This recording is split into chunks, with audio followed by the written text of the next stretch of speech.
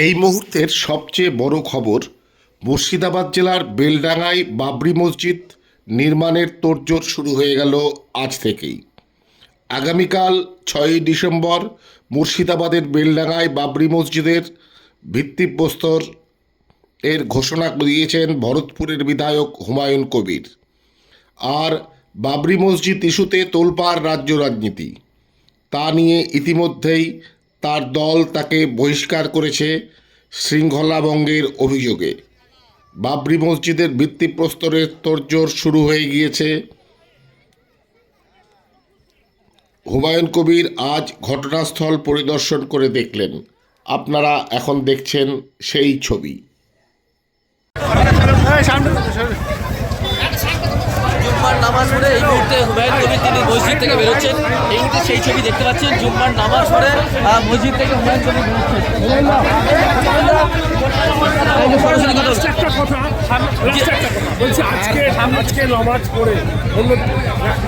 নামাজ পড়ে বেরোলেন। আগামীকালকে আপনার যে ঐতিহাসিক সেই বাবরি মসজিদ উদ্বোধন হবে, এখন থেকে মানুষের যে উদ্দীপনা, কি বলবেন?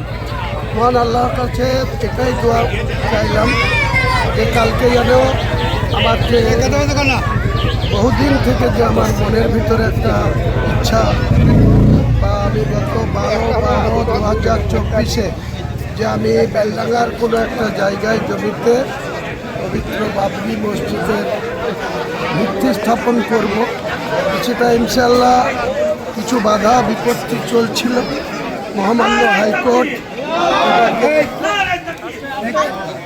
মহামান্য হাইকোর্টের জাজ সাহেবরা বলেছে উনি কোনো অসাংবিধানিক কাজ করছেন না, উনি সংবিধানের মধ্যে থেকেই তিনার মসজিদ করার অধিকার আছে।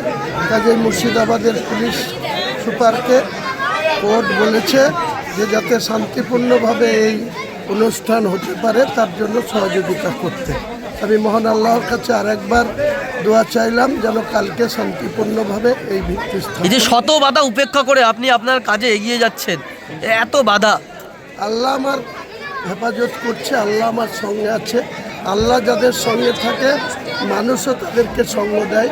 এই যে আমরা ইবাদত করে বেড়ালাম, সবটাই আল্লাহকে খুশি করার জন্য, আল্লাহর ইবাদত করার জন্য। তারা অন্যদিন নামাজ পড়েন, আজকের নামাজের তাৎপর্য কি আপনার কাছে আলাদা বলতে পারেন? আলাদা কিছু নেই। শুক্রবার জুম্মার যেখানেই থাকি চেষ্টা করি নামাজ পড়ার। সব দিন হয়তো হয়ে ওঠে না, কোনো বিশেষ কাজে কোনো জায়গায় রাস্তায় থাকলে আটকে থাকলে সেটা আলাদা কথা, কিন্তু নামাজ আমাদের প্রত্যেক মুসলমানের পড়া উচিত, বা মুসলমান পাঁচক নামাজ পড়াটা তাদের পক্ষে ফরজ বা তাদের নির্দেশ আছে কোরআনে।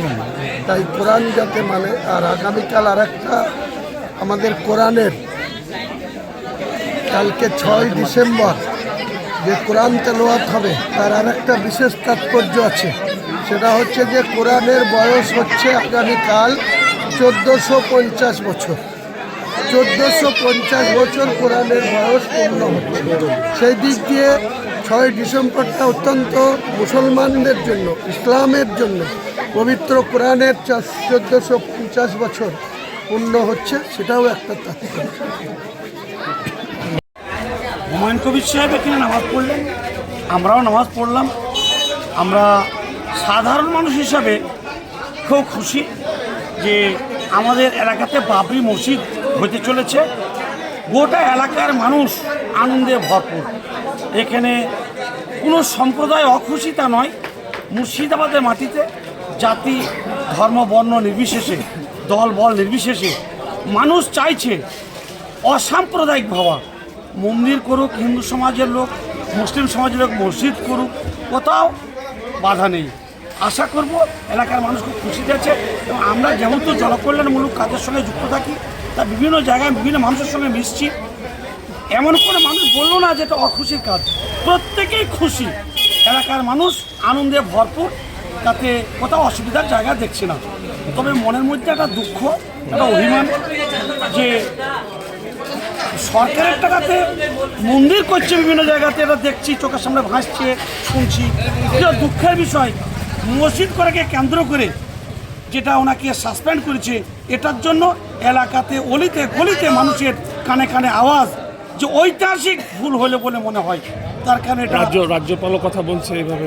রাজ্যপাল যে কথা বলছে বললেন এটাতে আবার আরেক ধরনের দুঃখে দুঃখিত, এটা গ্রামে গঞ্জে মানুষের মুখে মুখে, যে হুমায়ুন কবির সাহেবের মাথার দাম যিনি 1 কোটি টাকা বলেছেন, তেনাকে জানি না, মানে আইনকে আমরা সর্বময় ক্ষমতার অধিকারী, আইনকে সম্মান করি, সুপ্রিম কোর্টকে হাইকোর্টকে সম্মান করি, কিন্তু যিনি মাথার দাম বললেন 1 কোটি টাকা, তেনাকে এখনো পর্যন্ত অ্যারেস্ট কেন হলো না জানি না, কোন কারণে, নিয়মকানুন পদ্ধতিতে। কিন্তু শুনছি হুমায়ুন কবির সাহেবকে অ্যারেস্ট করার কথা বলেছেন, গলিতে গলিতে যে আওয়াজ ভাসছে তাতে এলাকার মানুষ দুঃখিত যে কোন দেশ এটা, কোন রাজ্য এটা, কেন এরকম অরাজকতা, কেন অঘটন ঘটনার সম্ভাবনা হচ্ছে। এলাকাতে কোনো অঘটনের সম্ভাবনা নেই, এখানে জাতি ধর্ম বর্ণ নির্বিশেষে, দল বল নির্বিশেষে সকলে হিন্দু সমাজের মানুষও চাইছে মসজিদ করবে, ওরা করুক, এলাকায় কোনো বাধা নেই, লোকালে কোনো বাধা নেই, নদিয়া মুর্শিদাবাদে কোনো বাধা নেই। কেন টিভির পর্দায় আমরা দেখতে পাচ্ছি অন্য রাজ্যের মানুষের কাছ থেকে যে এখানে গর্দন কাটাকাটির গল্প, এখানে তো আমাদের কোনো অঘটন নেই। মসজিদ নিয়ে কোনো সমস্যা নেই, বাবরি মসজিদ নেই সমস্যা বেশি, চিন্তা বেশি সরকারের। না, সরকারে আশা করব কোনো সমস্যা নেই। বাবরি মসজিদ নিয়ে যেটা আমাদের আইনে যেটা অর্ডার দিয়েছিল বাবরি মসজিদ করার জন্য, 15 বিঘা সম্পত্তি দিয়েছে, সেখানে মসজিদ তারা করতে পারছে না, সেটা তাদের বিষয়, তারা করতে পারলে করবে। এ পৃথিবীতে এমন কোনো সার্কুলার নেই হাদিস কোরআনে বা কোনো আইনে যে একটা জিনিস একজনের থাকবে, একটা নাম একের পর একাধিক হবে না, এমন কোনো আইন আছে বলে আমাদের জানা নেই। তো আইন বই কোথাও তো একটা তৈরি হয়নি, তাই কারো বাক্সের ভিতরে লুকিয়ে রয়েছে। আমরা আশা করি আপনারা খুশি? আইনজ্ঞ মানুষ হিসেবে চতুর্দিক থেকে আমরা খুশি, সকলে চাই বাবরি মসজিদ হোক, বিভিন্ন জায়গায় মন্দির হোক, বিভিন্ন জায়গায় কোথাও বাধা নেই। তো তাই কি নাম আপনার? আমি নাজিবুর রহমান, আমি এলাকার জনকল্যাণ মানুষের সঙ্গে যুক্ত, আমি জানি জনকল্যাণ